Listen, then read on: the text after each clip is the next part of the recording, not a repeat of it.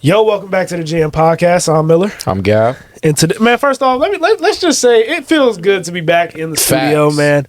This has been a long time coming. My boys' basketball season just finally We're ended. gonna be in here for a while. Yeah, so till my next season starts. So these will become more frequent. 100%. So yeah, we're just ready to get back to work, man. Done with the online episodes. Yeah, we got a lot to discuss in this episode. Let's get off. First thing I want to talk about, man. Lakers just had a 113-109 hard-fought overtime victory against the New York Knicks. Jalen Brunson went out with an unfortunate injury. Had 39 in that game. First question I just want to ask to you: should the Lakers be the number one title contender to everyone in the world right now? In the entire NBA. Should they be the number one contender? No. Okay. They are up there, and they have a great argument to be talked about. And I think one thing I'm very impressed with the Lakers is their JJ Redick's way to hide and adapt schemes defensively to guard. I mean, there's people talking about have they figured out a way to guard Jokic, the way they get the ball out of his hands. So just watching, I mean, and with Luka being traded, I don't know if I've missed a game. That's great. It's great television. It's finally great. Yes, it's great television. I want to every single Lakers game. I'm not gonna lie. I've watched more Lakers games than Celtics games since the trade. I'm not gonna lie. I've watched more Lakers game in completion than I have any other team. Yes, like I'll tune into every single game, obviously night to night. But I'm intrigued. I'm watching it minute by minute in every single Laker game. Especially.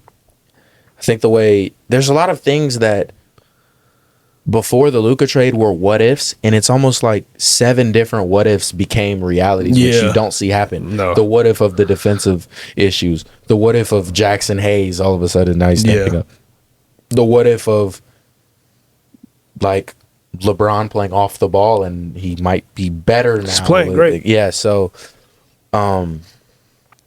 me personally, I think the Lakers will make the finals. I don't know if they will win the whole thing. So you do okay, but I have the Lakers making I think they are the lead for me in the West, and so the Celtics are still your number one. The Celtics are still my number one due to simple matchup issues and what I saw.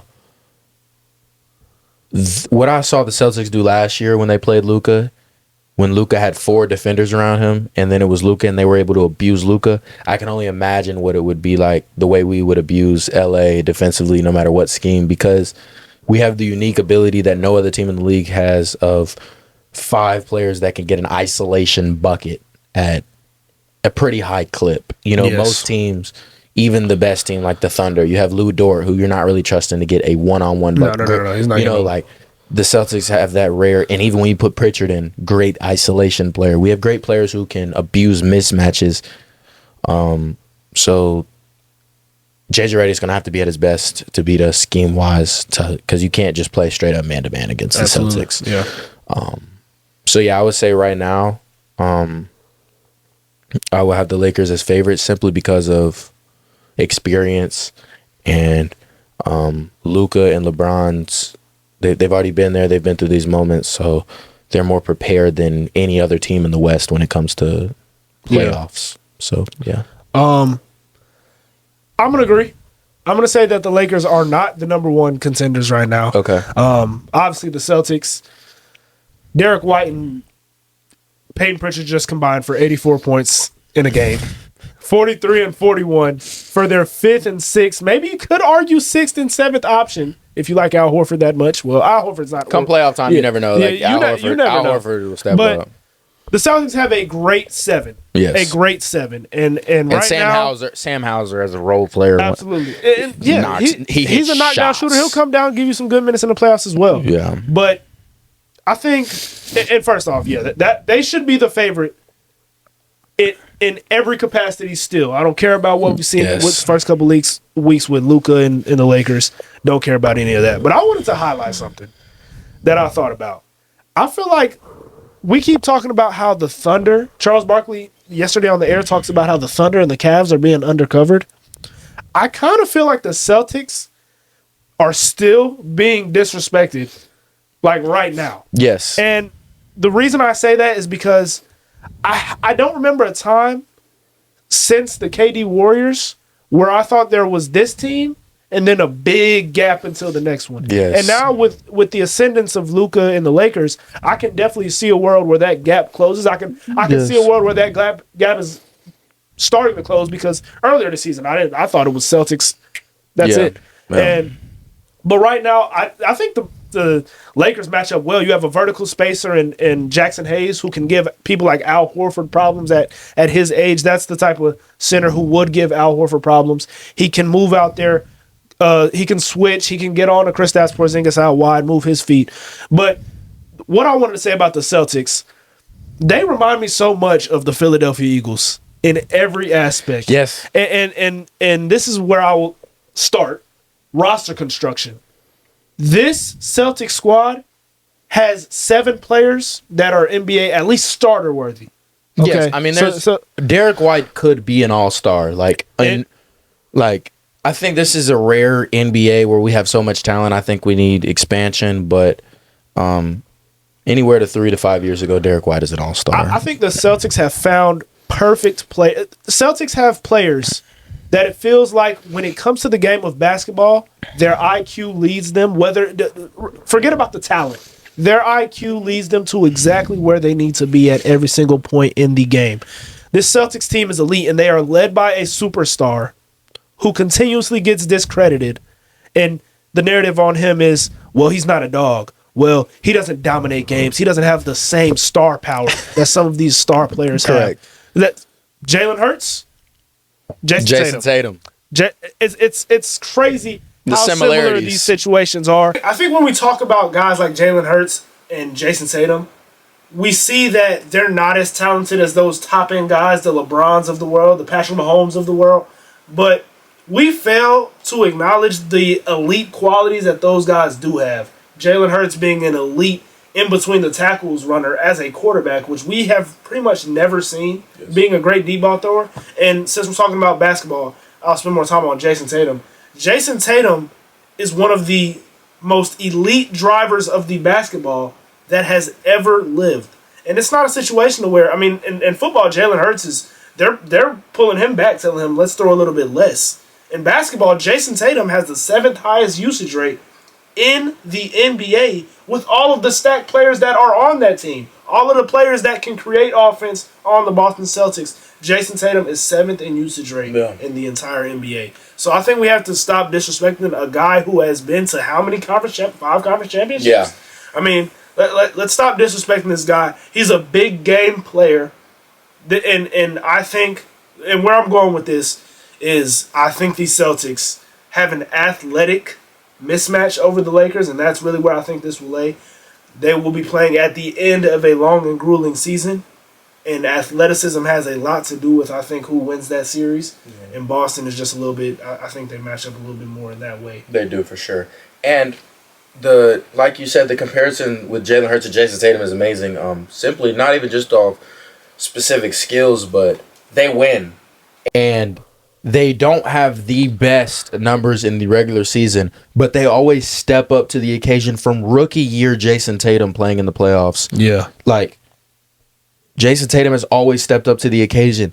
And you can't, other than the Philly game where he ended up hitting a game-winning shot in the last minutes and ended up with 19 points, but had like almost double digits in the fourth quarter. Yeah. You can't show me a game in Jason Tatum's career where it's like, yeah, he sold them in the playoffs. Absolutely not. You cannot show me one game where you're like, yeah, Jason Tatum sold them in the playoffs. No. He was down 0-3 against the Heat, came back. If he didn't get hurt his ankle in the first minute of the game, they might have had a historic series.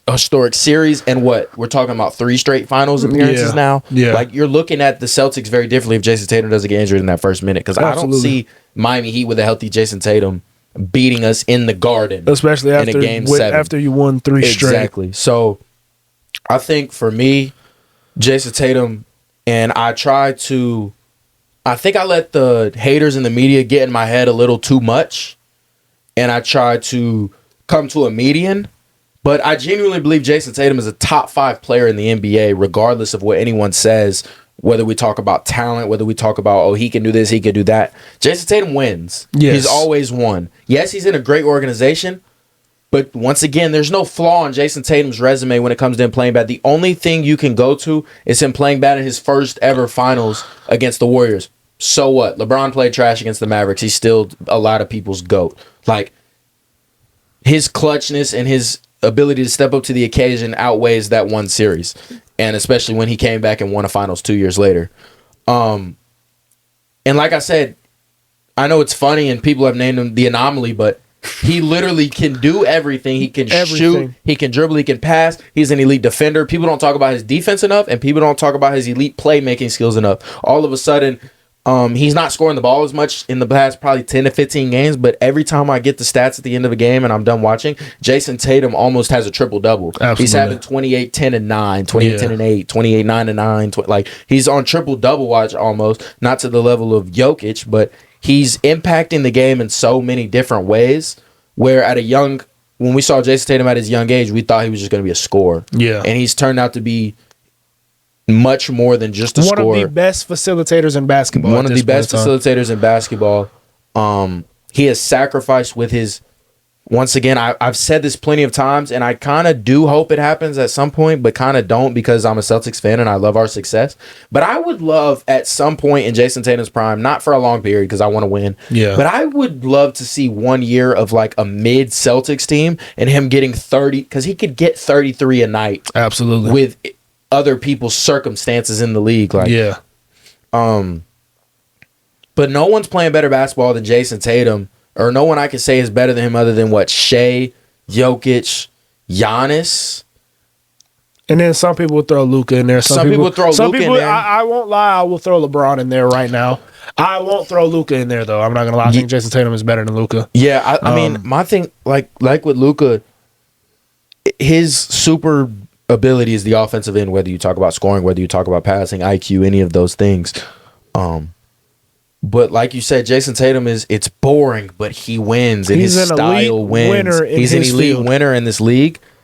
He's won since day one when he got in this league. And Luka has deficiencies that would lose his team series or games on the defensive end. Perfectly said. Jason Tatum doesn't have a flaw that would lose his team games. Now, if you want someone to put on a Superman cape and take their team to places and overachieve, you might take Luka. Yeah. But you could literally pair the 4 best players in basketball and then add Luka, and that team still has a weakness. Yes. 100%.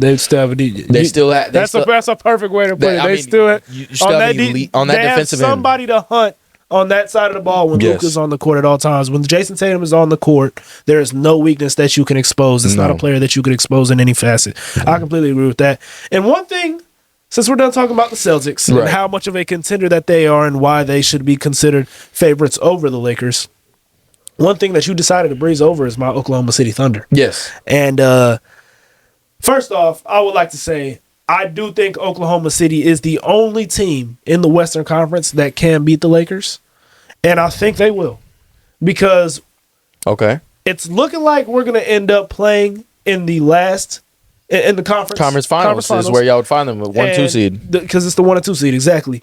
And first off, oh my goodness, could you imagine that series? Like, it sounds good right now, and it's probably what we were going to get if we were to bet. We would probably both bet on that series. But oh my gosh, that is going to be a beautiful series. Like that series is so tight, at least in my head, to where like there's going to be a 7-game series, and we're going to be watching absolute cinema. And I don't know, man. I think my thing is with the Lakers, defensively, they have been great over these last 2 months. I think best in the league, but their one deficiency is the fact that they cannot move their feet and guard small scoring guards. LaMelo Ball gave them 27 points the night after All-Star break ended. Yep. Jalen Brunson gave them 39 last night before going out. And those are the 2 guards. Obviously, they've had more games after the All-Star break. But those are the 2 scoring guards, 2 dominant scoring guards in this league that they have played since All-Star break, have lit them up. And Shai Gilgeous-Alexander, once again, will light them up. The X factor of this entire playoff run for any team is going to be Jalen Williams. Jalen Williams. If this guy can make shots at an elite clip, Thunder can win the entire thing. Yeah. Thunder match up and with that's so where my many worry teams. is. And and that's a valid worry. And if you pick teams because of that fact, I won't be. The Lakers, like, I can't say anything about that, honestly. I can't. And I don't think I'm ready for Oklahoma City, as there's a question mark on what is their elite number 2. Yeah. I'm not worried about Shea. I genuinely think if you put the right guys around Shea, that he could. Shea could be better peak for peak than Stephen Curry. I know that sounds so. So crazy. Yeah, I know that sounds so crazy. My favorite version is 2022 Curry. Me too. Because he took a team that was not necessarily a favorite. They weren't against the Celtics. Yeah, and it wasn't. I mean, I wouldn't call it a stacked roster. It's a championship level roster, but because of Steph Curry, good roster. Because of Steph Curry, though, mean, they're what, 9 seed without Steph. Like they're not like. It showed his value. That's an MVP type of season, not statistically, but showing Steph Curry's value. Yeah. But Shea is a player who, once again, not that Steph Curry was elitely bad at it, but Shea leads the league. Like, he'll lead the league in steals. Yeah. He's a 6'5" guard. He could guard probably 1 through 3, I would say. 1 through 3. Shea can guard 1 through 3 at a very elite level. And he could go get you 30, and he got you last year. He could get you 32 on 50% shooting. Yes. You take that with him just having, if he has one season of him carrying a team to a championship like Kawhi did, you could sit here and be like, yeah, I want that version of Shea over any point guard of all time. Absolutely. And that's not it's not as crazy as it sounds. No, I'm not saying Shea's better than Curry all time. I don't think he ever will be. No. I think Curry is the GOAT point guard. Yes. But peak for peak, I think if Shea wins a ring, being leading the league or up there in steals, and he's top 5 in defensive rating. Yeah. And on top of that, going getting 30 on elite efficiency, there's nothing that, I mean, there's no hole. There's no. And one thing we don't talk about with Curry enough is, and Shea could end up doing this because Shea he steps up to the occasion, I feel like, every single time I watch him play. Yeah, absolutely. Other than this past Olympics, you can't name me a clutch Curry shot. And when I say that, I mean playoffs, and I mean, like, there's no iconic Curry shot. Mm-hmm. I think we have a lot of, even though we say LeBron's not clutch, some people say that, we talk about certain shots, like against the Bulls. Yeah. There's shots that we think of when we think of LeBron clutch in the playoffs. Obviously, Michael Jordan. Yeah. Kobe Bryant, like, we think of his shot, or even the lob to Shaq at the dunk. Like, there's iconic clutch moments that we think about. Other than this past year at the Olympics with Curry hitting all those crazy threes and he saved the USA team. And a lot of y'all probably are saying the shot from that he banked at OKC, that was a regular season game in the middle of the week. And I've seen that like advertised as a playoff. And that 100%. That was one of the most electric plays ever. One of the most electric clutch plays ever. But it was a Wednesday night on League Pass. But it was a Wednesday night on League Pass. Let me make that straight. Maybe ESPN. That was probably nationally televised. But let's chill on the importance of it. And I will say there was a lot of times in the playoffs where I was like, dang, Curry, you're not clutch. Like, there was a lot of times. I felt that way a lot of times watching Steph. Like, he's crunch time. Why is he's settling? Yeah. Because, I mean, come in the clutch with a Michael Jordan having elite mid-range, Jokic with an elite post-game, Kobe with a mid-range and elite footwork and could get downhill, LeBron being able to literally, he's the best driver of the game we've ever seen. Yeah. Those are more efficient shots. Yeah. So, yes, Curry's the greatest three-point shooter ever, but in crunch time, his superpower is, I mean, he has to settle. Yeah. Like, that's just the reality. He has to settle. He can't get a shot for game other than the three-point line. I mean, and that's why you've seen no other small guards dominate this league in the fashion that Stephen Curry has, which is a testament to him dominating it for the decade plus that he has. Yep. And he's had to shoot the ball. Yes. I mean, literally, as a small guard, if you wanted to dominate the league like he has done, you have to shoot the ball at a crazy clip. And it's crazy how we're kind of praising each other's stars right now. I just praised Jason Tatum. No, that is crazy. You just praised Shea. And that is something that I wasn't even going to bring up in this episode. Right. But it has been ticking me off a little bit. It feels Shea, I've never seen a player of this magnitude it feels like get less coverage or less respect than Shea. And I know Shea gets covered. I do realize that. He's a lot of people's favorite player, but... Yeah, but are we realizing what he is doing? Yeah. Like you said, he could be on pace to be the third best point guard of all time. Like, I think that's his pace right now. Better than Zeke. Better than Isaiah Thomas in Detroit. I think Shai Gilgeous-Alexander is on that pace. Right there with Luka, obviously. Him and Luka are both going on that trajectory. Yeah, and there's gonna be a point in the next 2 to 3 years, or maybe not, where one clearly surpasses, or where one gets a tally at least. Yeah, or one just wins the playoff season. A rivalry. It might become a rivalry, like we talk about KD and Bron. Absolutely, and I think the league. That's something that's insane. And honestly, we've talked about this. I feel like Shea outplayed Luka. I think the one reason you can't say that is just because the Mavs won. But yes, he played better. But it's like, once again, I feel like time and time again, once I say this with Jason Tatum, I say this with, like, there's times you could be like, oh, they hooped. Joel Embiid hooped. But, like, if you want to say Joel Embiid outplayed Tatum statistically. No, but no one would say that, though. I know. You get what I'm saying, though. Like, Shea obviously played like he was the best player in that series. Yes. I would say that. And my thing is, they have different styles, and it obviously looks like Luka is a little bit more dominant offensively. But the way they were creating shots in that series, it was an equal amount of offensive dominance. Firepower. Luka, the way he creates shots for his teammates, he does it slow paced. It's like he lulls the entire defense eyes to sleep, and they just and not to interrupt you, I call this. I'm telling you, in the playoffs, y'all are about to be like, people who don't really watch basketball on a nightly basis are about to be like, Rui looks nice. Yes. And it's the Luka effect. Yes. Of a player who can hit a catch and shoot three and cut. All of a sudden, Luka makes him look elite. I said the same thing with Jokic and Westbrook, and I was right. Westbrook all of a sudden looks revived at some times because he cuts and like Luka elevates. I mean, look what he did to PJ Washington. Absolutely, and that's where I was going.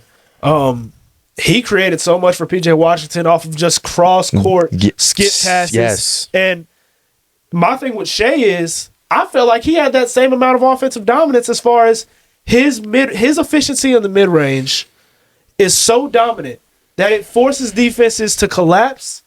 And his shooters should have been just as open, and they were just as open as P.J. Washington was in that playoff series. Yeah. They just didn't capitalize like P.J. Washington did. That's my separator with Luka and Shea. I think offensively it's like you could say Shea's more efficient, but when hot, Luka's the best. Yeah.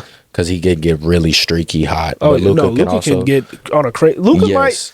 When he's hot, he's the best player. When he's on it, when he's on a tear, obviously you don't see that every night, or every quarter or whatever. Like it comes in waves, but it does seem to step up in the occasion of the playoffs every single time, especially when he plays the Clippers. But I think that's the separator for me is the playmaking. I think if you were to drop Shea or Luka on any team, they both get 30. Absolutely. But there will be 1 to maybe 2 specific players that you look at and be like, they're playing better now that Luka's there. And with Shea, I would say people become more open, like you said. Yes. But Luka is literally manipulating the game and creating them to be open and finding elite ways to get people the ball and put them in great positions to be elite. I completely agree with that. I hope we just sparked up something that I hadn't thought about, actually. I'm not going to lie to you, but I hope that does become an actual rivalry in this league because those are two, once again, offensive geniuses at what they do. The 2 best point guards in the league, and they both could end up being top 5 point guards all time. Absolutely. And that's what I think will happen at the pace they're going at right now. The only thing, I mean, Luka with his health, and I don't think, but if... It's going to be important for Shea to also finish this year strong to get that MVP. Yes. I think on that resume. I do wonder how you feel about OKC kind of, they'll be up 20, putting Shea back in to get 30 or consistently and I've seen a lot of people, like I've seen watching the Gil Arena podcast and I've seen many different media networks talk about it, him coming back in the game up 20 to go get more numbers and that he's chasing the MVP but not winning. The coach puts him in. Yeah.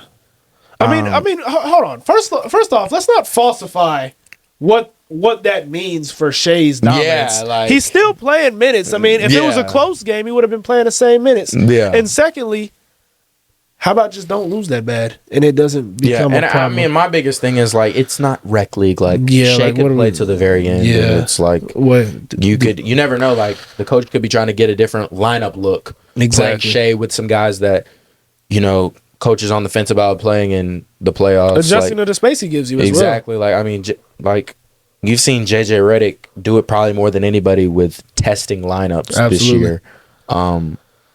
Just testing different. Whether it's the end of the game, beginning of the game, whether it's just tonight I'm going to try this lineup out.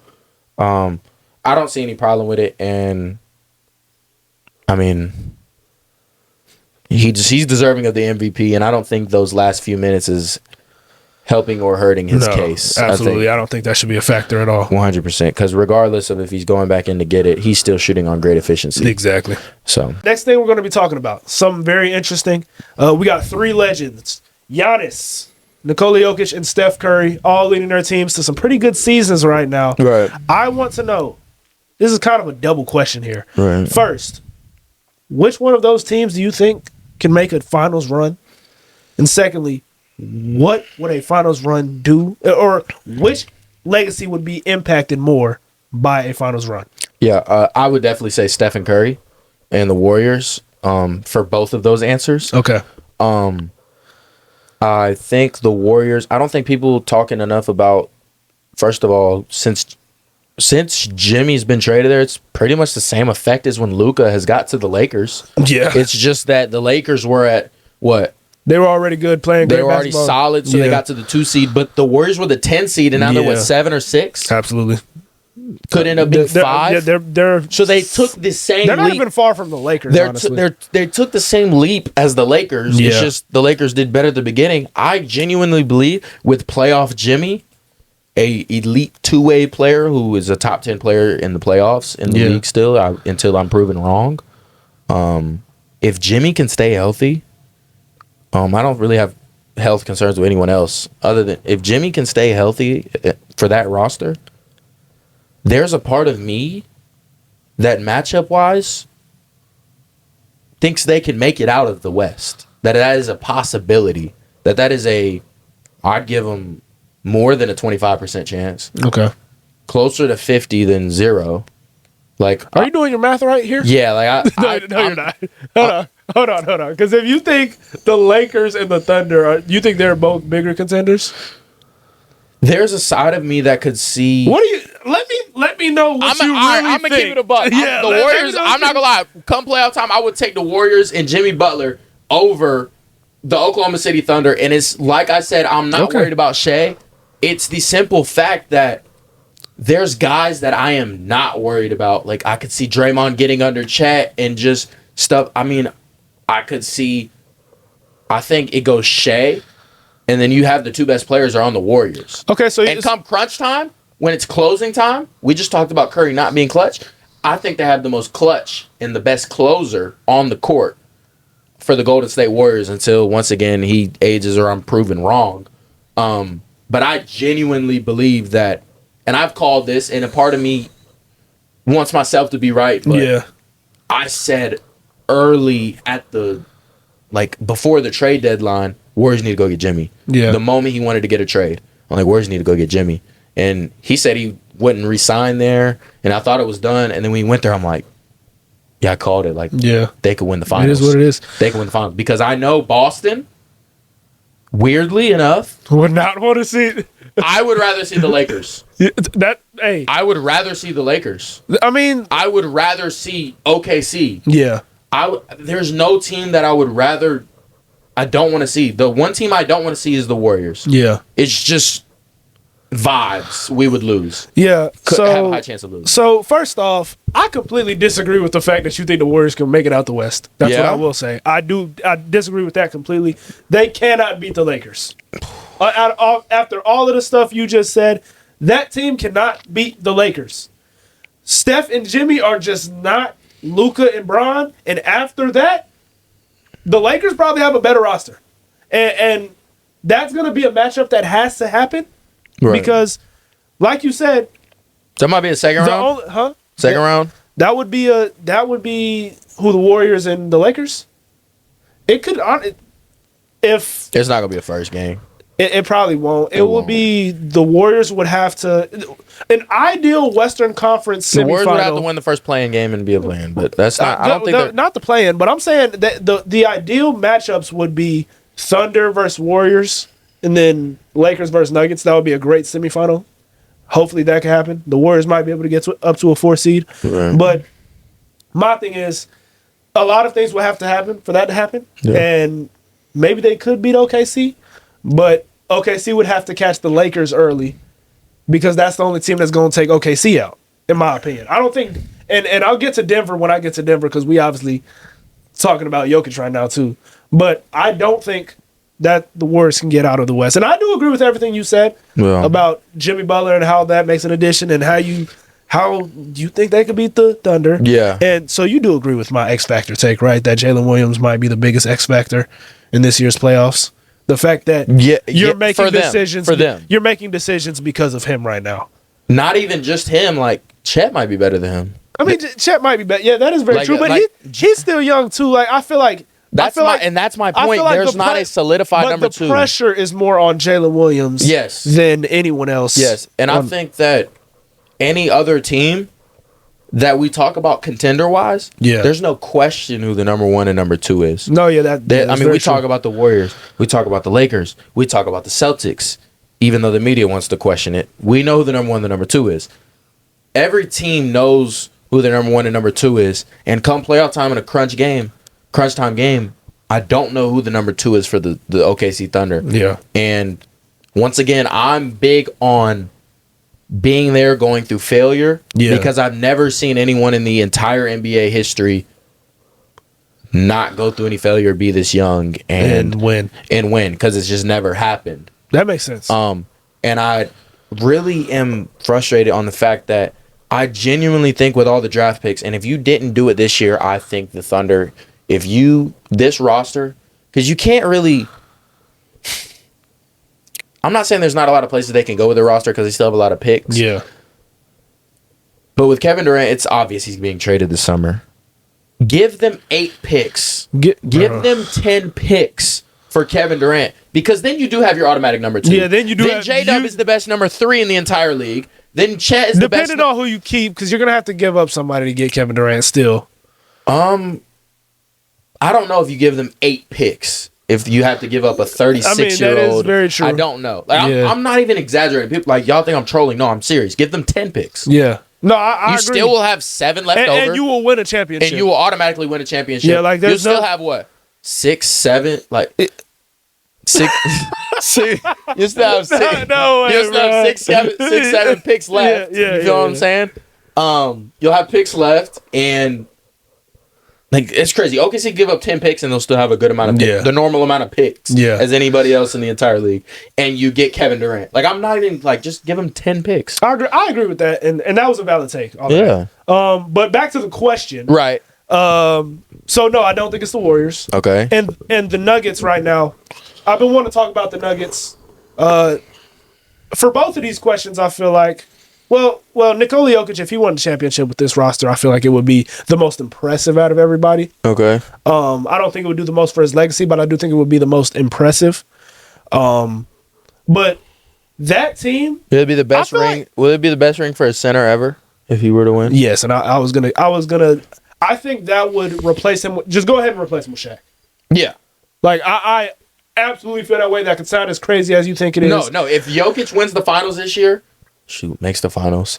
If he makes the finals, he's above Shaq. And I'm talking off of. I'll put it like this: do we realize what he did on his playoff run? This is what I'll tell you at first. Out of all those 3 guys I named, Curry, Giannis, Joker had the most impressive playoff run out of any of those guys. He took down Kevin Durant and LeBron James in the same postseason.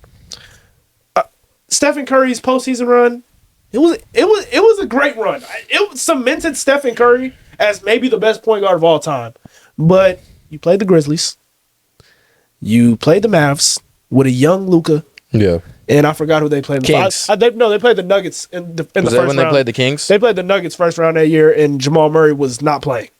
You sure you didn't play the Kings? The year they played the Kings, they got eliminated the next round by the Lakers. Okay, you're right. Yeah, so that wasn't as impressive as a run, and the Bucks, KD, if his foot isn't on the line, obviously that, and then they play the Hawks the next round. So I think Joker already had the most impressive run out of all of them, and this would by far. I mean, it puts him over Hakeem. Yeah, I mean this. Look, I don't want to go that far, but you could easily say Jokic is the best offensive talent of all time if he makes a run after this year. Yeah. And it would be crazy to make a run. He's so good. The fact that I give them a shot. Absolutely. And that's my point. I feel like this team is so bad. We don't talk about their general management enough, bro. They have did a horrible job after the championship trying to replace guys. Literally, they lost Bruce Brown and haven't been able to recover. I'm talking about this trade deadline. I'm thinking the Nuggets are going to do something. The Nuggets are going to do something. The Lakers did something. The Warriors did something. All these teams did something. Shoot, even teams took a vision and took a step back on their future, traded like Brandon Ingram or like the Nuggets. Literally, you didn't have to have the Warriors. We got to go get a number 2 now. Yeah. The Lakers, we got to go get Luka to change it. To win with Jokic, we were asking the Nuggets management to get a 3-and-D player. They got a player that could hit 3 threes and play defense. 2 threes, play defense. Shoot, have an off night, but then get hot one night in the playoffs. We were asking you to go get KCP or something, a player like that. The one you had when you won a championship. You get what I'm saying? The Nuggets management has not been able to build the Nuggets would be. Am I tripping? Or they could have the number 1 pick if they didn't have Jokic. Westbrook being a top guy would look trash. Michael Porter Jr. without Jokic as a facilitator, whatever. Like, I mean, he would be solid. Murray as a number 1, even especially in the regular season. And the fact that Michael Porter Jr. hasn't excelled more than he has with Jokic, it's disgusting. I thought he would develop. Why couldn't you get Levine? Go get Levine. Exactly. And my point is, I feel like we talked about how important that second option is. Yeah. I feel like something else that is very important is that 5th guy. Yes. Who's the worst guy that you have on the floor? Yes. And what are they going to mean for your lineup? Yes. With the Denver Nuggets, okay, fine. You got that core of Jokic, Murray, Gordon, and MPJ. Yes. Even though MPJ, once again, has developed like a banana on a sidewalk at the best. But that 5th guy, I don't trust Christian Brown in the playoff series, especially not in this competitive West. When Aaron Gordon is already closing up your spacing, and you need to have Aaron Gordon on the court because he's so effective as a defender and as a rebounder and as a player that you could put in the dunker spot. Yeah. But with Christian Brown, with Peyton Watson, with Russell Westbrook, you built a team of rim runners around the most dominant interior force since Shaq. Yes. Why is there no shooting on this roster? I don't understand. So I really do look at this squad, and I find it funny how anyone could think that this team could make. I'm not going to say finals. How could you think this team is going to make a conference finals when they're going to have to go through the Warriors, the Thunder, or the Lakers? You can't think that. No. They cannot beat any of those teams. Even the Timberwolves again. Their rosters are just better. And Minnesota's also one of my favorite teams in the league, who I think is probably the biggest sleeper in the league. Biggest dark horse. And it was the Mavericks, but due to injuries, now they are the dark horse. They are my favorite. And the Warriors got so good that they're not a dark horse anymore. But my thing is, like, Jokic had a dominant year. You saw how dominant this guy was. You had shooting around him, and you have completely let him down. And if you think that they could beat the Thunder when Chet Holmgren is going to be under the paint waiting for him, Hartenstein is going to be under the paint, and we're going to have all the same problems Minnesota gave him last year.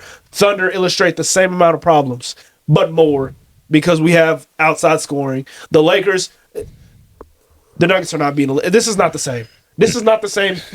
This AD was cool, okay? This is not the same. No.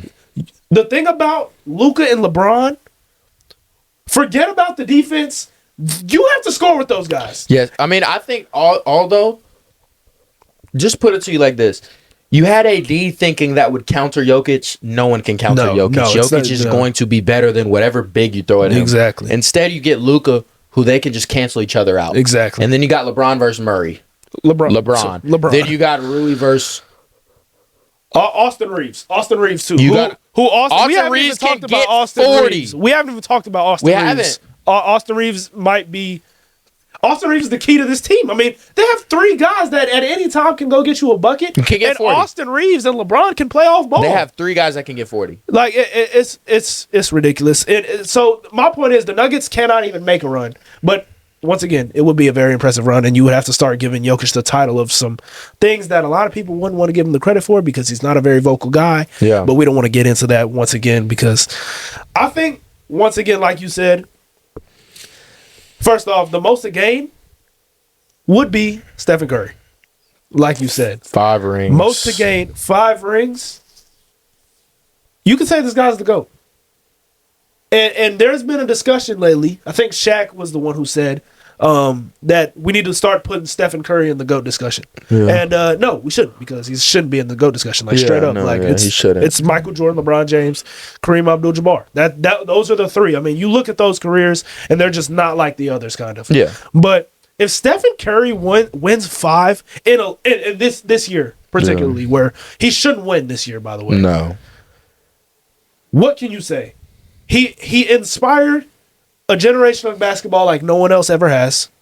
He has 5 championships. You can't say he didn't win without He changed help. the game more than any player has ever changed the game. He got, yes, here's the problem with saying, and you can't do this with LeBron as much, but, well, you kind of can, but with talent, we talk about, Jordan never won without Pippen, but vice versa. Like, that is a BS argument. But Jimmy never won the big one until he got to, hopefully, maybe Golden State. Kevin Durant never won the big one, still hasn't. Might retire without winning, without Steph Curry. There's a common denominator here. Yeah. It's Steph Curry. It has such an impact, and he's another guy who I haven't been a fan of the Warriors roster construction in the prime of. Me too. Because you don't have. I mean, I would say Poole was a good isolation scorer. Curry was good, obviously, but then you have Draymond, Wiggins. Wiggins was playing good, but it's Wiggins, Kevon Looney. That was your championship roster. I think that's a good roster. Yeah. My point is though, the value of Curry is his attraction to the 3 ball and the way you have to guard Stephen Curry is what makes, other than Poole, what makes every single one of those other players elite on the offensive end. Yeah. You throw that same year of Wiggins on any other team, he's just a really good wing in the league. He's not an elite. I mean, I've said this in the past. You put every time, whether it's Kevin Durant, whether it's before he got old, Iguodala, like a prime Iguodala, or now Jimmy Butler, when you put an elite winger, or even Wiggins, when you put a good elite wing around him, and I think another thing, Kuminga's not even back yet. No. You talk about a lineup with Draymond. I mean, especially they're going to be able to go. When they play the Lakers, they can do this because Jackson Hayes is not that good. Yeah. You can do Draymond Green at the 5. Yeah. Kuminga, Butler, Curry, throw in Pods or who you want at the 2 to hit shots.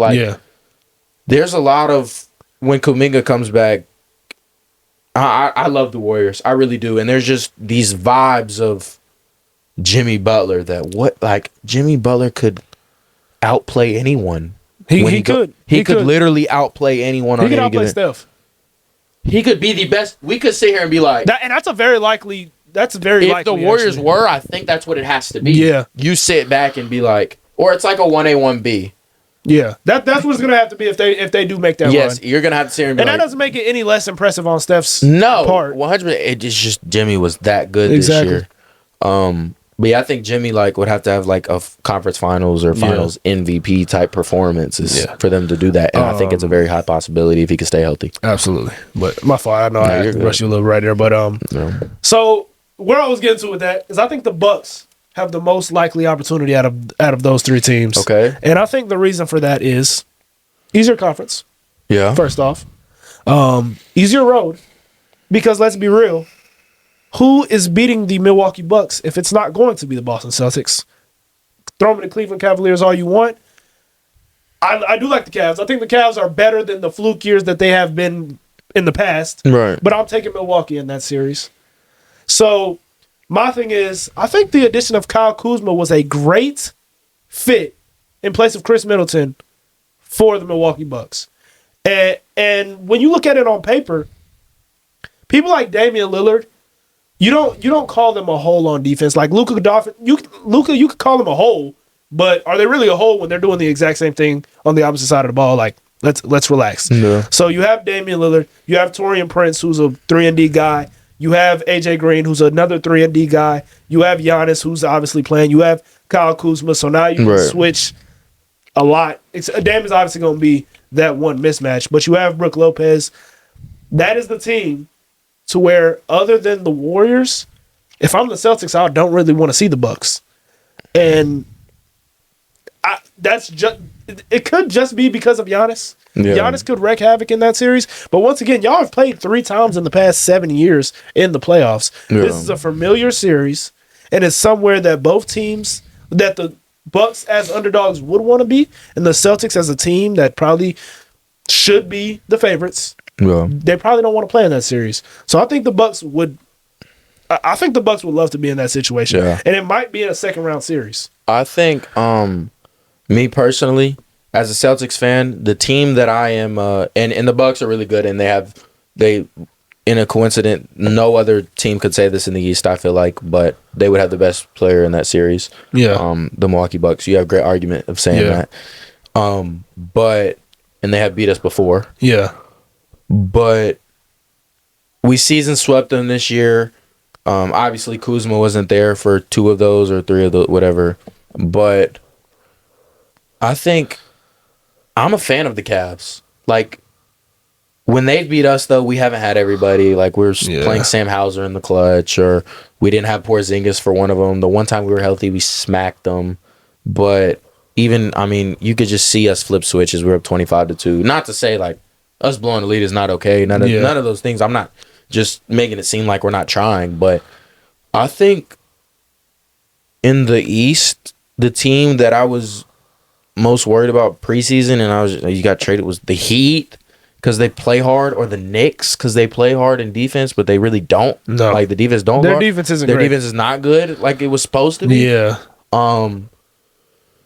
So it's either the Bucks or the Cavs, but I would say the Cavs on the simple fact that I think the Bucks would beat the Cavs. I mean, I think the Cavs would beat the Bucks. I don't think that. On the simple fact of the matchup of, they're probably the best team to guard Giannis with Jared Allen and Mobley. They're probably the best team to guard him. And then guard play wise, I would take the Cavs as well. Yes, you have Dame, but I would take this year. I would take Garland and Mitchell, and I don't think people talk about this enough. The series I was most worried about in last year's playoffs was the Cavs series for the Celtics, other than the finals. Does that say anything, though? No, hold on. I'm just saying. Donovan Mitchell is clutch. Like, he doesn't. That's a player who doesn't get enough media recognition, and I'm still unsure if he's a number 1 guy. But if he's not a number 1 guy, he might end up being one of the best number 2s in the NBA if he ever finds his number 1 to play with. He is a number 2 on a championship. Yeah, I think he's a number 2. Yeah, and he's that. Like, and it's all dependent on Mobley, how you talk about with J-Dub. Yeah. It's all dependent on how much Mobley steps up. Can Mobley hit the 3 ball? Because if Mobley can't hit the 3 ball come playoff time, and the regular season was just capped, you have 2 centers that... DG has also consistently been pretty poor in the playoffs. Yeah. So that's also why I'm skeptical on the Cavs. Ty Jerome has stepped up almost like Pritchard. Yeah. And DeAndre Hunter is a good addition as well. DeAndre Hunter is a great 3-and-D addition. Once again, like, Nuggets. Yeah. That's all you have to do. Get a guy like that. We're not asking you to do a lot. But back to, I think with the regular season that they've had, I'm very interested to see if the Cavs, and I would bet that the Cavs and the Celtics would be a conference finals game. But I'm really, really interested to see how the league shakes up in the East, because we could be wrong, and this could be like when Donovan Mitchell was on the Jazz. Yeah. All I know is if I see the Pacers in another conference finals, which I gonna lie, they showed up more than I thought they were gonna. They could have won a couple of those games. I could have won like 6. Yeah, they could have won. Game 1. 1 and 2 were close at the end. Game 3 is the only game y'all really blew them out. And then, those were home games for us. Think about if we're down going to Indiana. Like, I think Indiana, but I think that Indiana is definitely different. They're definitely different this year. Yeah, and they have one of the best coaches in the league as well, which helps. So, all right, the Philadelphia 76ers have officially shut Joel Embiid down for the year after my prediction of OKC Philadelphia 76er final. So aged horribly. That aged horribly before and I hate to say it. I know it was a boring take, but he got injured. I called it. Paul George was injured. He was injured. Hey, I'm not gonna lie. It's gonna happen. All right. So every time that you make a boring take, I'm gonna call it out, and every time I'm wrong about it and you're right about it, you can say what you're saying right 100%. Now. That's fair. But so what I want to know is, after all of this stuff, and we don't know where Joel Embiid is going to be next year and all of this stuff, do you think Joel Embiid is the biggest what if in NBA history? He's the most dominant force. Yeah, he might be one of the big. Yeah. Okay. Yeah, he might be one of the biggest one. If I wonder, I mean, it's up there with D Rose. Yeah. It's hard to say now because his career is not over. Yeah. And he could end up like. But him being at peak level, fully healthy, he's the most dominant force that, I'm not going to lie, I don't think people watch. I truly don't feel like he's in shape for these late fourth quarter playoff games, and I think it has hurt them. I think if he was in shape, he could have beat the Celtics at least once. Absolutely. I think if he was in shape, he could have a championship. Yeah. I just see him time and time again dominate games for 3 quarters and almost get tired and settle for mid-ranges. Absolutely. No matter how good it, and I've never seen a big man with especially as big as he is, with as much touch as Joel Embiid. Yeah. He can shoot the ball. Absolutely. But that's what the defense wants you to do because you're Shaq-like and there's not one, especially in the league now with a lot of skinny like centers, even like elite players like Wembanyama and Chet. I mean, I think last year he gave Wembanyama 71 or something like that. Yeah. There's no player in the league that could guard a healthy Joel Embiid when he's trying to get to the rim, not settling for anything. Yeah. But yeah, he's gonna end up being a what if. What if he? But the thing that is bad though, the what if is on him. Yeah. It's not a what if. It's really not even a what if he didn't get injured as much. It's not a. It definitely kind of is though. Kind of. Well, we got to give the guy some, like, we can't just pretend like we know what's going on. Here's my point. I feel like there's certain points where I'm gonna go ahead and turn the CV off. You keep talking. Okay. Sorry guys. There's certain points in players' careers where, for instance, Kevin Durant, when he was playing with the Nets, like if his teammates didn't get injured, that's an automatic ring. Yeah. There's certain moments like even when Kawhi won his ring, if Kevin Durant doesn't get injured, like that's a what if. That's a great what if because it would have been an automatic three-peat. Yeah. I think there's a world where Joel Embiid has a fully healthy career start to finish and doesn't win a ring. If he doesn't, I mean, that's very true. Yeah, and you think that's because of like that's because of him, like yes, and his lack of, I don't know if it's leadership or if it's his style of like being the man, but it just hasn't translated well to the playoffs. My thing is in a tough city like Philadelphia, it's hard for me to sit here and say that you gave it your all when the hardest I've seen you play is for Team USA.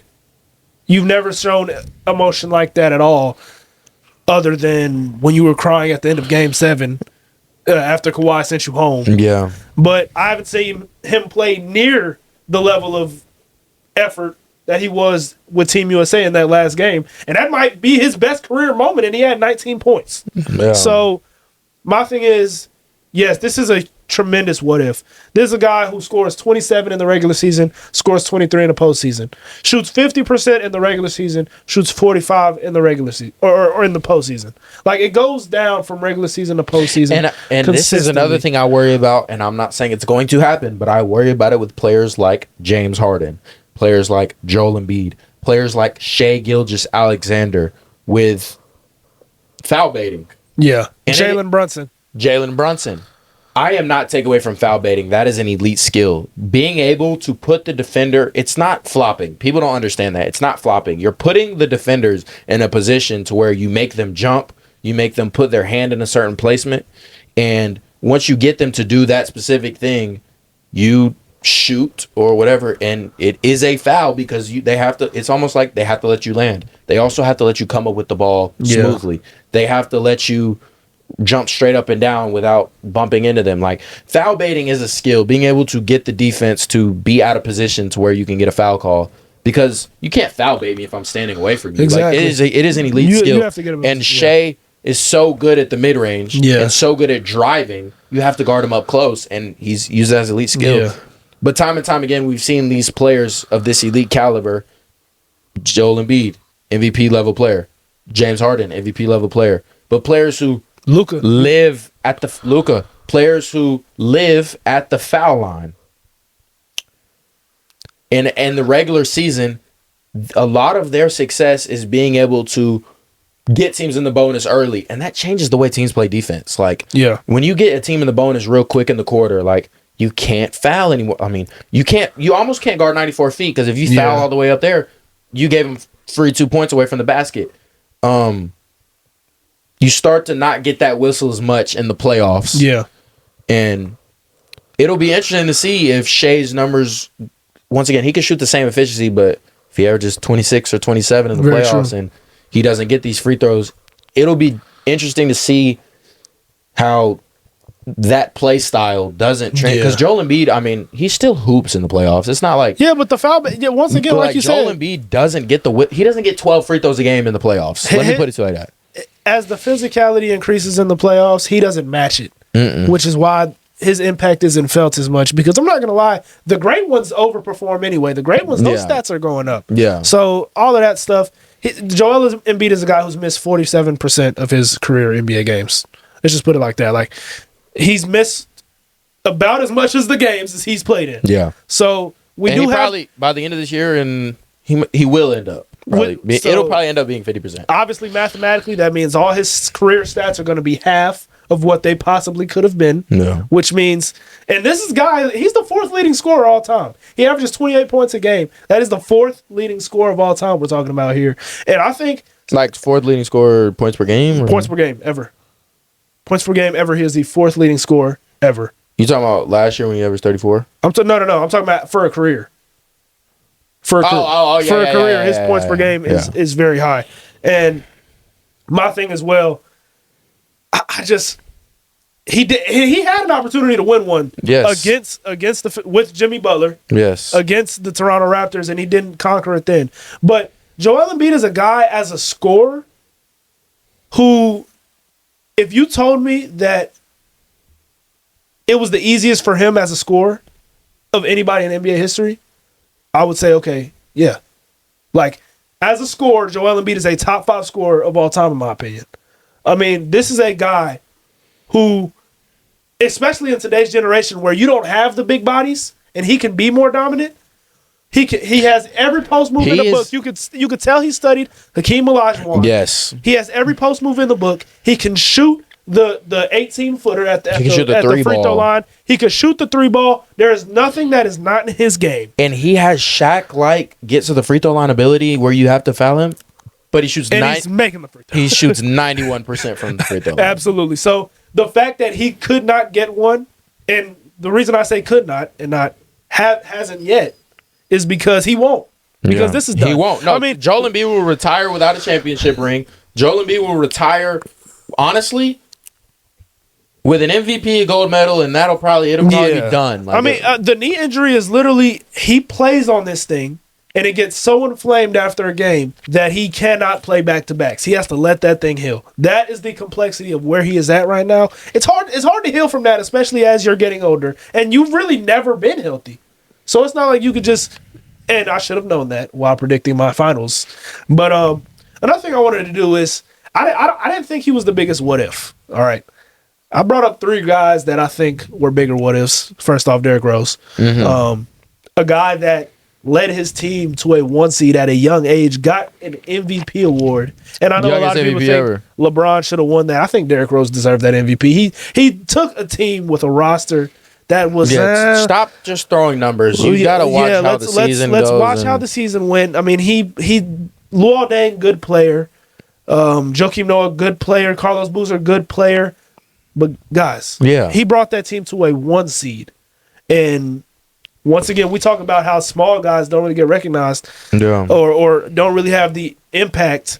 Derrick Rose would have had that impact if he could have stayed healthy. I truly believe that. Yeah. I absolutely, truly believe that. So he is one. I wanted to bring up this to you because I just felt like this would be an interesting basketball conversation. Ralph Sampson. Okay. This guy averaged 22 and 10 in his first couple years in the league. Yeah. Won the MVP of an All-Star game in, I think, 84, maybe 85. Yeah. And he was 7'4", like Victor Wembanyama. Yeah. And he played alongside of Hakeem Olajuwon. And I just wanted to throw that out there because if that's not the biggest what if of NBA history, I'm not sure what possibly can be. A guy who was 7'4", averaging 22 and 10, has a hook shot like Kareem. Yeah. That people don't talk about. People haven't seen. Go watch some Ralph Sampson film. Nice. Get in your bag with Ralph Sampson. Is nice. Ralph Sampson. If Ralph Sampson and Hakeem Olajuwon were the starting front court for both of their prime years, and which is the way they built that roster. Magic Johnson, your legacy is not the same. Yeah. Kareem Abdul-Jabbar, your legacy is not the same. Was it Steve Francis with them? Was Steve Francis with them? No. That was way after. Oh, okay, I think that was way after. That was I'm like early 2000s. Later. Okay. I think that was like early 2000s, like late 90s kind of. Okay. It might have been Hakeem. That's what I'm saying. Yeah, it might have been Hakeem. But if everyone's legacy would have been completely different if Ralph Sampson and Hakeem Olajuwon were on the same team. But I just wanted to bring that up because I thought it was that's a great take. And also, while I was making that question and reviewing it, it brought me somewhere else. I saw Ralph Sampson doing all these hook shots at 7'4", skinny guy, dunking on the rim. Victor Wembanyama, go get a hook shot. Go get a hook shot, I promise you. Get a hook shot. There's this one guy, I forgot what his name was. He had goggles, he's 7'4", very spiritual guy. He did this thing called a hook shot, and he's in the GOAT conversation, was the leading scorer at a certain point, second leading scorer of all time. Did this thing called a hook shot. No one ever really felt like doing it again, and no one really had the dominance inside the paint that guy has ever had. Can someone bring back the hook shot? Especially for a guy like Wemby, if Wemby gets a hook shot, you literally that's a shot you literally cannot stop. You cannot stop. He's not even phased. He doesn't even have to readjust it. It's just flick it up there. Just flick it up there. So there's a lot of reasons I wanted to bring that up. But just real quick. 100%. I started thinking about guys like T-Mac. And T-Mac, Penny Hardaway as well. I started thinking about T-Mac as we could talk about T-Mac how we do Kevin Durant. Absolutely. T-Mac is another guy I thought of, and that's another thing. Like, talent just doesn't always get you to where you want to go. No. Ask Cat. Ask Joel Embiid. Ask Tracy McGrady. Like, that stuff just doesn't always take you to where you want to go. 100%. You gotta ask early Porzingis. Porzingis is still good, but don't get it twisted. When I saw rookie Porzingis 7'3", I thought he was going to be a superstar. Yeah, you got to have those winning intangibles, all those things. Absolutely. A thing that we've been talking about recently, as we've been discussing this podcast and the growth of it, and where we want to go, we just wanted to discuss the importance of being delusional. And I know that might sound crazy and obviously you're like, being delusional, like that's the opposite of what you should be. You should have your head completely on your shoulders. What we mean by that is, be delusional about your dreams. Dream big, man. Like, I'll throw out my situation first, so we realize the complexity of the situation. So recently, I stopped playing football. Right. I stopped playing football, and it was obviously one of the hardest decisions of my life. I mean, I've played sports my entire life, and obviously with a decision that big and a decision that recent, you're going to see certain implications of things that went right, things that went wrong. So you're always going to have those things like, man, did I make the right decision? Did I not make the right decisions? And, and time will tell with all of those things, right? Right. But the one thing that I always will regret and always do regret, and regret about everything, not just about this particular decision that's in question right now. The one thing I regret is always having that little thought that I know a lot of young kids have, the fact that I went to a D2 school. I never have the mindset, well, I'm probably not going to make the league anyway. Never have that mindset, because that puts you in a box. As much as you think it doesn't, as much as you think being realistic with yourself makes you better, makes you smarter, makes you more self-aware. Hey, man, it don't matter if you did not play. I know a couple guys we played with, and I won't say his name because I don't want to call the guy delusional, but I know a guy we played with in middle school. He was on our team, did not touch the court. Right now, he is in his freshman season in college basketball, and he is doing absolutely amazing. And props to him. He knows who I'm talking about if he's watching the podcast. Man, doing great. And since we were kids, this was a young individual who wasn't playing on our team, who honestly was not playing on our team, but a kid who always told us that he was better than us.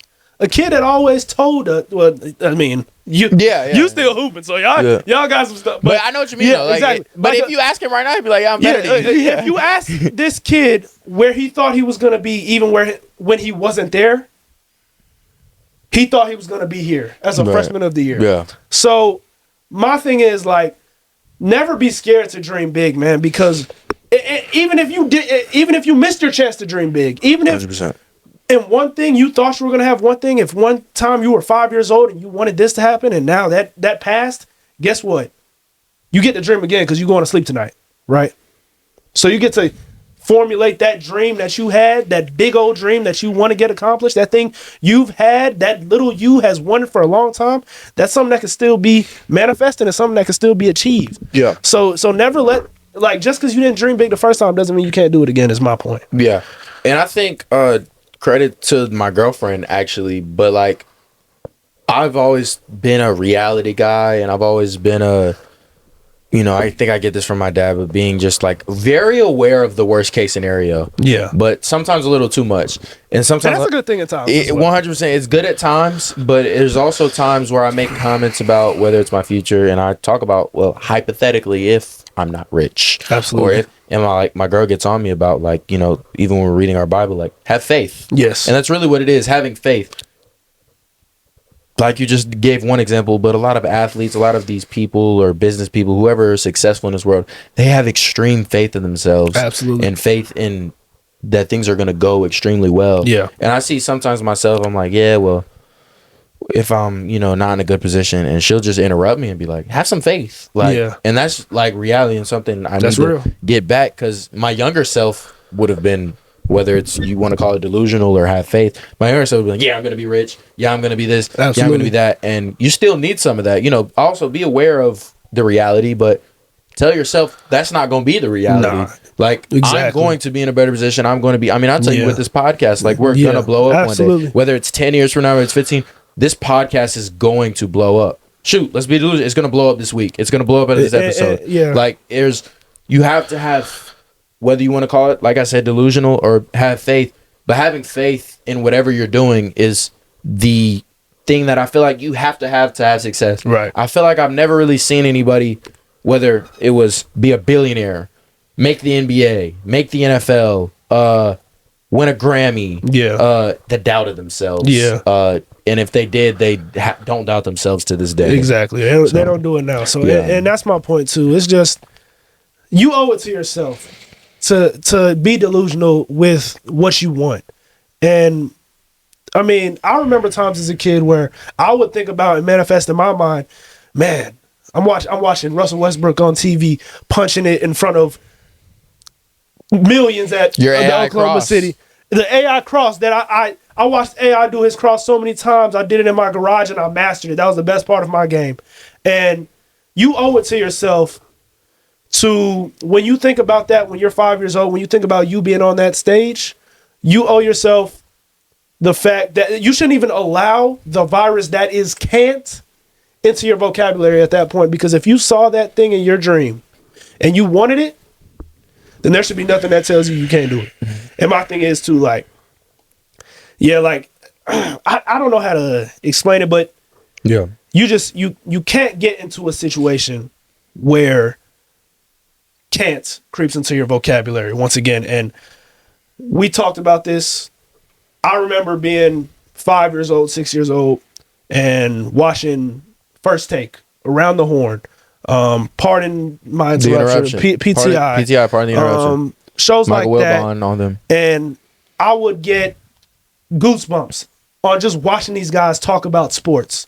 And it would just fuel me up. It would get me so excited because it's like these guys are making an impact, doing something they love, getting paid for it, looking great, being on TV, being in front of millions. And I saw myself, I put myself in those shoes and asked myself why I couldn't do this. And at a point in my life where after I've ended something, after I've told myself, all right, football isn't it. Yeah. I always did have that little voice in my head where it was like, okay, you're not going pro, so you can't do this.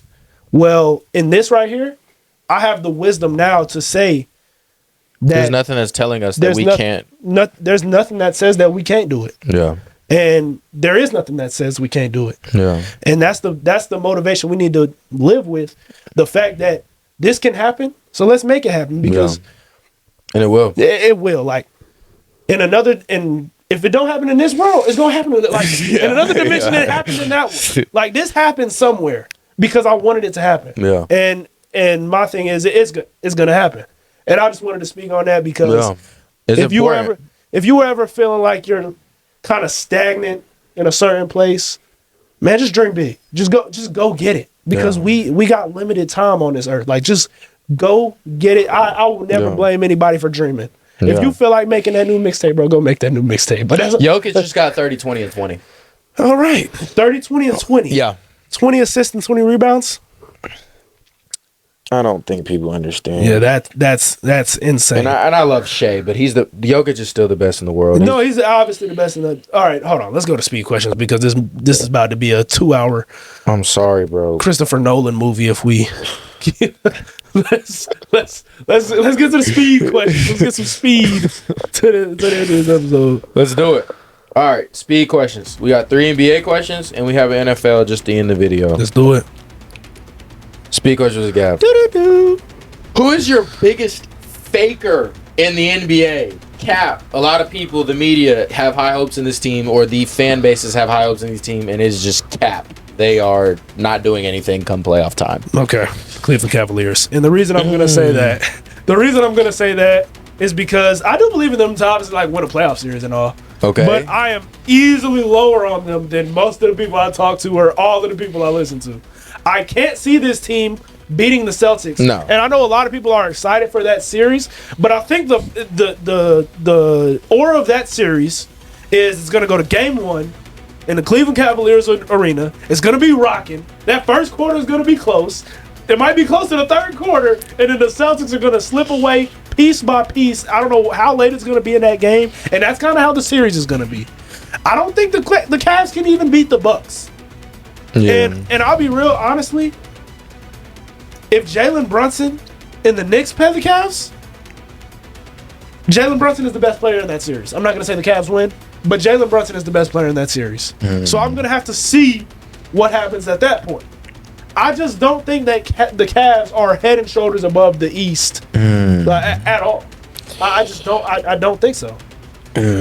Is that that's probably, I mean, as a 1 seed, a 51-10 team, that's probably an insane take. But I mean, I don't hate it. The Knicks. The Knicks for you, yeah.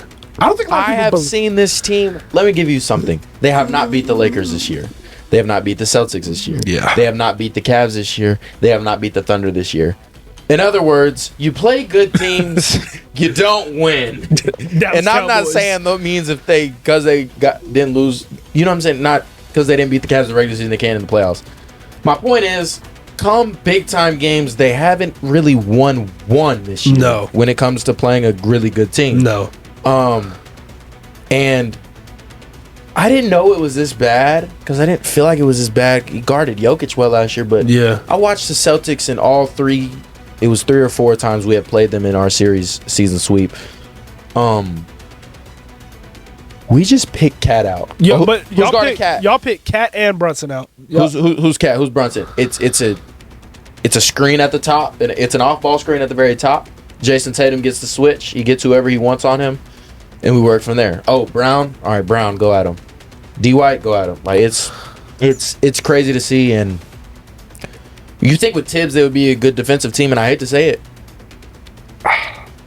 I love the addition roster-wise that they did. I think the Timberwolves lost the trade. I think they won the trade roster-wise. Yeah. But you might have to get a new coach in there, and I think you might with their. If you just want to go ahead and not be as good defensively, you still have to improve in that. Go get an offensive coach. Go get an offensive coach that can make Brunson better, Bridges better, Anunoby better, Cat better, and it's funny that you said that because I agree. I think the Knicks won that trade, but I'll take it a step further. I think if Minnesota and New York played in a series today, obviously, well, Jalen Brunson's hurt, but if they played in a series, I would take Minnesota to win that series. Yes, and I don't think it would be particularly close with the perimeter defense that they have because the New York Knicks, Jalen Brunson's great, but they don't have any shot creators. No, they only have one shot creator. They have shot makers. They have 3 shot makers and perimeter defense that hasn't been particularly great this year. And Cat is a 4. Cat doesn't offer rim protection. No. I mean, he offers a big body to stop big bodies, as in he was great against Jokic because that's what he can move with. But if he's to play someone that could stretch the floor, which makes not even that. And another thing that I will say, the fact that sometimes it is genetic. The fact that Jason Tatum is 6'10" and can guard your 4, and your 4 has had no shot in hell of guarding him. No. And Jaylen Brown can guard any 3. And Jason Tatum is just the anomaly. Like, he's the ultimate mismatch. Yes, Jason Tatum is the anomaly. This dude is playing the 4. He is playing the 4. Kevin Durant, as great as he wasn't guarding any big, especially for that era when you still had like Zach Randolph around playing the 4. He wasn't guarding no 4. I weirdly, and LeBron, I think he is now as he's gotten older, but I see a lot of small forwards being named power forwards. I'm like, bro, Kevin Durant's a small forward. Yeah, no, Kevin Durant's a small forward. Like, small forward. Even with people calling Wemby a center, I am big on saying Wemby's a 4. Just watch them play. Yes. Just watch them play. I mean, that's from youth. That's all the way up. Yes. Next speed question. What you got? Next speed question. It's not a lot of speed to this, guys, but we just call it speed questions. Just what is your NBA Finals prediction right now? OKC Celtics. Still. Nothing has changed. Yeah, same here. Nothing has changed. Okay. You just said the Lakers are your favorite in the West. Yeah. My fault. Hold on. Yeah, we're not. I'm tripping. Yeah, nah. Lakers. Do you want like a? I would say 4-3 in that series as well. Yeah, Celtics. 7.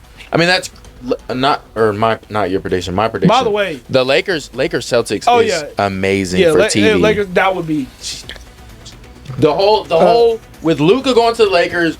There's so many storylines in that. All of this NBA's done. Cut it out. And by the way, cut it out. The quality of the NBA after All-Star break, if you haven't been watching, tune in. I mean, this is good basketball. Like, there's nothing else to complain about. Like, this is good basketball. You're just not watching, and you're just scrolling on TikTok. You're just hearing that. You're not watching basketball. This has been great basketball, and I think y'all beat us in 7 as well. It's going to get better. Yeah, it's going. Like, the playoffs. That's the craziest part. The elite basketball that I've been watching from start to finish. Usually, I get like tired at some point. I love watching games start to finish. I think the Eastern Conference. Once the Eastern Conference gets like kind of respectable basketball back again in that latter half of the conference, the NBA is going to be. All it's going to take is a star to get drafted there. I think because the Celtics will not go nowhere. Yeah, I mean, it feels like the Giannis. East is always the top market teams are at the top. Yeah, but or the best players. But yeah, all right. Or last 2 speed questions, I believe. So Kendrick Perkins releases top 5 guards. I want to know what you thought about this. This really isn't a debate, but interesting. I'll start from 1 and go to 5. Is point guards or just guards? Point guards. Okay. In his eyes. Shea at 1, Jalen Brunson at 2, Steph Curry at 3, Luka at 4, and Cade Cunningham at 5. That's a good list, though. Not the order of it at all. Like, not the order of it. I would say Those are the 5 for you? Shea, Luka, Steph, Jalen Brunson, Cade. Yeah. What's wrong with that? I would. I mean, no, That's just a bad the list? order is terrible. Oh, okay, yeah, okay. The order, like Luka 4 is terrible. Yeah, Luka But, should be 2. I have the same list as you, but I have Cade over Brunson. I think Cade is, first of all, they would beat the Knicks. Let me say that. The Pistons. Cade would be the best player in that series. Have you watched them guard? Yeah. Yeah, but here's the thing. That is a young team that is not scared of nobody, and I think Cade is Luka-like. Yes. Without the hot streaks of offense, but Capable defender. Great defender. very great defender. Yeah. So this is a guy that you're starting to see why he was the number 1 pick. A 6'8" point guard. He could revive his career, and I mean, Jason Tatum said the other night he hasn't seen Detroit like this since he's been in the league. Yeah. They haven't, like, he hasn't seen Detroit, the fans, the whole everything. I think Cade Cunningham, look who he's doing it with too. Like, people's trying to do the whole LaMelo Cade Cunningham thing. No. LaMelo and Cade Cunningham are not in the same conversation. He's playing with Malik Beasley, Jalen Duren, Tobias Harris. Stop acting like they just surrounded this man with a squad. Yeah, no, he is elevating this team to what, the 6th seed now? Yes. They would play New York in round 1. Give me Detroit. Yeah. And then they'll play y'all, and we'll see. But man, I would love to see them play. Like, I could see them making a conference finals if they just didn't have to face us. But I could see them beating. Bro, there's a world where the Cavs choke it, but nah, they wouldn't beat the Cavs. They're just not that. Just roster-wise, they're not that good. But Cade is. And my thing is, I expect elite longevity as well, based off of his play style. Yes. And his pace is ridiculous. His pace is crazy. He plays with great pace, and with Curry on the way up, this man could be the 3rd best point guard in the league for years to come. I mean, he could be in the mix with them guys. Yeah, if he gets a roster constructed around him. Yeah, because that's the only thing you want to see with Cade. Like, we know he's that good, but it's like, your question is, when he gets a group of guys around him, is he going to be like... But the problem is, he might retire and not have a group of guys. I will say, Malik Same Beasley... thing with Anthony Edwards. Anthony Edwards might retire. Like, yes, last year's team was good, but like, he might retire with a team that like really can't win a finals. Malik Beasley, I will say, is... good. He's shooting at the highest percentage in the league right now. Yeah. So, that's impressive. Yeah. Also, in Minnesota, I did want to touch on Minnesota a little bit. Have you watched him play? I have. I think. But Julius Randle's not playing, is he? He has been recently. He has? And since he's been back, they've been good. And I love when he plays the 5. I mean, that's fair. I just love when Rudy Gobert. I love when I get to see Rudy Gobert not play basketball, bro. Yeah, I'm not going to lie. Like, because at first I'm like, okay, it's not Randle. Randle at the 5, I like it. I do like Randle at the 5. I like how that sounds spacing-wise. It sounds great spacing-wise. I hated the spacing when it was Randle 4, Rudy 5, and I said that the moment the trade happened when we got in this room, and I was right. The spacing of a guy getting into a Barkley, backing down people, and then another guy that literally cannot score unless he stands on that block. That is terrible spacing. Bro, you got to... That was, spacing-wise, that was just a terrible trade. And you can't get off Gobert's contract. You got to bench him. Like, you have to bench him. No, I've never seen a player get, like... This man literally gets talked about as the best defender in the league at times, like last year. Yes. And his Olympic coach and his NBA coach both sat him during key defensive possessions in the playoffs because they literally said in the post-game presser, yeah, we went with a lineup that we thought would get us a stop. Or we went with a lineup. I'm sorry if your country's... This is the Olympics if he's getting sat, bro. Like, that's all you need to see. Literally. That's all you need to see. Next big question. Like, I don't even want to talk about Rudy Gobert. So that's all my NBA questions, and this is just my last one for NFL. For the NFL offseason, already making some moves early. Who do you expect out of the entire NFL to have the biggest offseason? Which team do you expect to have the biggest offseason? Well, I mean, the Washington Commanders are already making some moves. And that was my team because of cap space and because of the urgency with Jaden Daniels being on a cheap contract to take advantage of that, getting Deebo Samuel, re-signing Bobby Wagner, you having a lot of cap space left. You can draft and you can go pick up some guys in free agency. Absolutely. I mean, I just stack the weapons. I go pick up Lockett right now. Yeah. If I was to choose one that I would like to see active be in free agency, the LA Chargers. Yeah. I would like to see DK Metcalf has now requested a trade. I would love to see them take a big swing. I know that's not Harbaugh's style. Right. He probably wants to draft another lineman, running back or something. And they need a running back as well. They need to be active in getting elite skill guys in this offseason.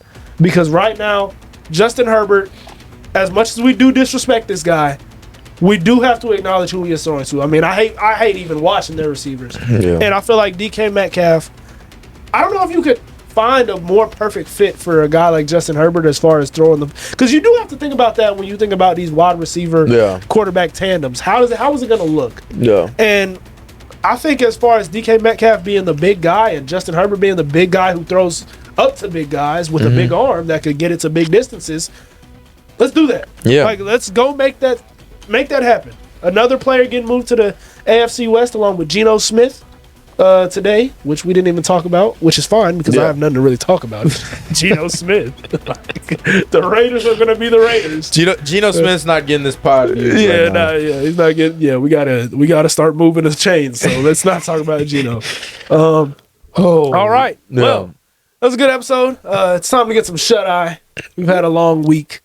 And thank you guys for tuning in. We'll be very much more active. 100%. Keep showing love. And thank you. Peace out.